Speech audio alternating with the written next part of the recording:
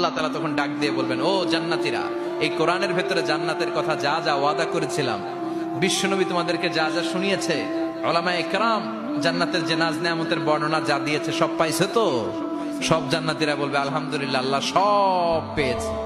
এক জান্নাতে হাত তুলে বলবে, আল্লাহ একটা পাই নাই, একটা পাই নাই। আল্লাহ বলবেন, সেটা কি? ওই জান্নাতি বলবে, আল্লাহ সব পাইছি কিন্তু তোমারে পাই নাই, তোমারে দেখি নাই, তোমার সৌন্দর্য কত বেশি আমরা জানি না। আল্লাহ সব পেয়েছি, একটা জিনিস পাই নাই। কি পাও নাই? তোমারই তো পাই নাই।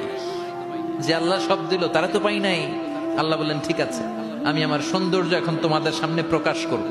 আমার গোপন রহস্যের ভেদ আজকে আমি জান্নাতীদের সামনে প্রকাশ করে দিব। কোন সুবহানাল্লাহ। উজুহু ইয়াউমাইযিন নাযিরা ইলা রাব্বিহা নাযিরা। সেদিন জান্নাতীদের চেহারাগুলো